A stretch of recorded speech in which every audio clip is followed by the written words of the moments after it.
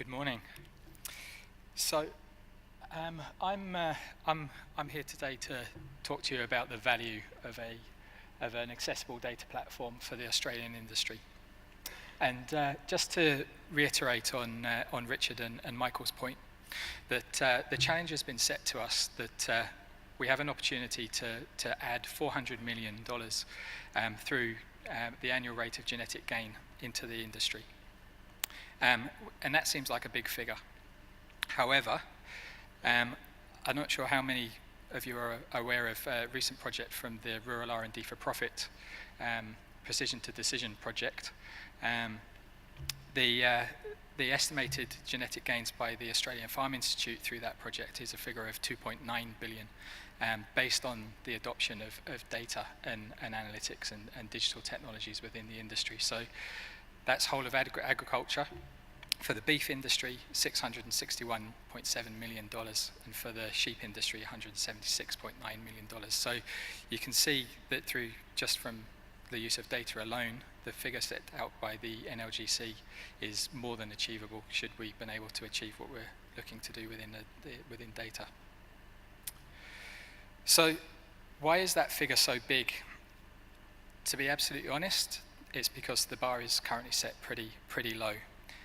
You can see from a recent McKinsey Institute report on digitization within industry, agriculture and hunting are at a similar level of adoption of digital technologies. And when you look at the use of analytic for industry gain, you can also see that agriculture falls at the bottom as well. So there's a lot of work to be done.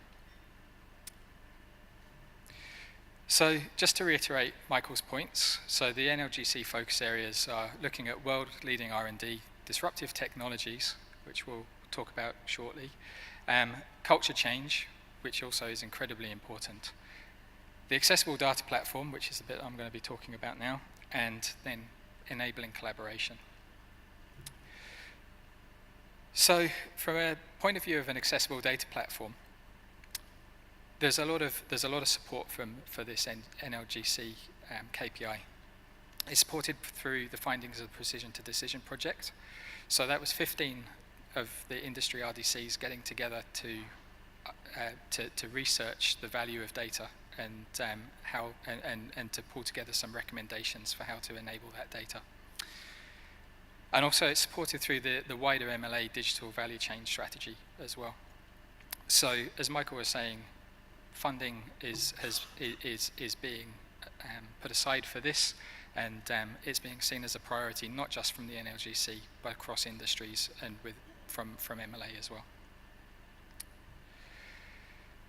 So what is a data platform? Well, importantly, it's more than a database. The fundamental reason for being for a data platform is to reduce friction. And reducing that friction is around addressing what's commonly known as 3 V's of big data, or data in general, which are volume, variety, and velocity of data. And the way that the data platform helps with this is that it abstracts the complexity, and it gets the information into market and into developer, into researcher, into industry hands much faster than if having to pull those bits of data together individually. Additionally, the managing complexity around volumes of data, which are increasing exponentially as digital technologies, Internet of Things, etc. come online. The variety of data, so how you interoperate data, how you link data together, etc. That work is done at industry scale rather than at organization scale. And then also increasingly the velocity of data. So with the increasing data sources, the velocity of the data that's also coming into those sources is increasing considerably. Importantly, as well as outside of the three V's, are 3 further V's as well. So the veracity of data is incredibly important. How do we ensure at an industry scale that the quality of the data that we're working with is a global leader and a global opportunity for us? The value of data as well. As an industry, through a data platform, we're able to assess what data is valuable and prioritize the valuable data sets and deprecate the data sets that are not of value. And then also importantly, actually, how do you gain insight from that information? So looking at the quality of the data through visualization techniques to gain decision support and insights. Platforms also enable us to get the right data to the right people at the right time. So there's self-service, the self-service model essentially allows everybody to access that data, innovate on that data, and work with data in ways that we haven't thought about. So be that a 16-year-old in their bedroom at the weekend, working out a new way of interacting with producer data, through to some of the ag tech industries that are now growing up around our sector. Another area of opportunity is around creating a high quality, compelling, and importantly supported tool for industry. These things are not easy to maintain. They require resources, and a lot of the time that this is out of reach of producers and other value chain organizations. So through the data platform, we're able to democratize the information that's available to industry. And also importantly, lower the margins to that acquisition as well. When we're operating at industry scale, the opportunities for getting data into the system are significantly smaller from a financial perspective. So what are we trying to do? So as Michael was saying earlier, we're looking to link reference populations, seed stocks, commercial animal data, processor data, and importantly customer data through an accessible data platform. A lot of this data exists already, but we're not linking it together to gain insights. If we were to further increase that through a platform utilizing other industry data sources, within the genetic industries, we can introduce additional insights such as lifetime traceability, retail data, environmental data, market data, social media data, and world-leading research data. So data sources that are commonly not available early in the data life cycle. And vice versa, we'll be able to introduce the genetic story into that conversation as well.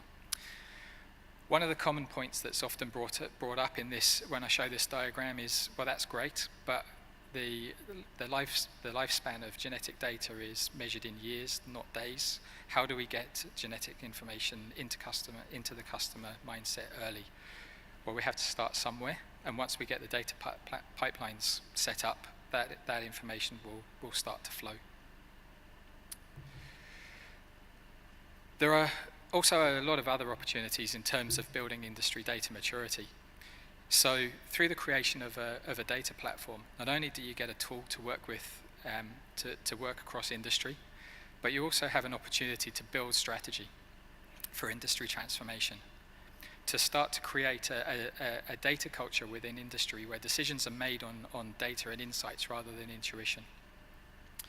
Create the appropriate governance structures. There's a driver to get this stuff in place now. To develop reference architectures, so best practice blueprints that can be brought into value chain organizations for specific purposes. Advanced analytic tools, so building predictive models so we can start to understand what's going to happen in the industry rather than what has happened in the industry, and react and plan ahead of time.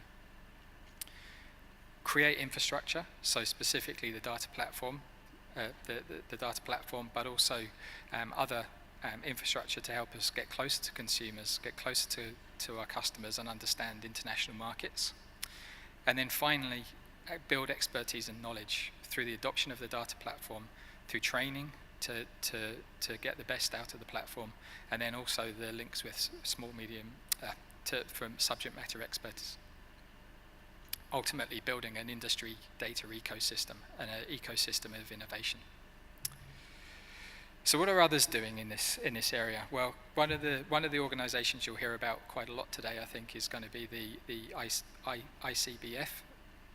And what the ICBF are doing are they've already created a data platform, and they're seeing significant value. And the other speakers today are going to talk about exactly what's happened there in the detail. Data genes, so within the data industry, within the dairy industry, they've already started down this journey and are also managing to see significant gain. And Data 61 are working within government on similar platforms to democratize and make available federal and government data. And then when we look into other commercial sectors, Domino's Pizzas, which are probably one of the last companies you'd think I'd be putting up on a slide around data and data platforms, have transformed their business over the last 4 or 5 years by adopting a platform strategy. It's enabled them to react to their customers at speed with agility and to create new markets. REA Group are doing similar, and within the finance industries there's an organization called Quandl who are producing tools and services for finance analysts to work with, understand and link data to their customers. So in summary, we have a 2.9 billion agricultural opportunity. We're looking to support greater industry prosperity through collaboration, reduce friction across the value chain to promote and improve innovation, get closer to our customers, build overall industry data maturity, and demonstrate the value that we've already seen work internationally and in other industries. Thank you.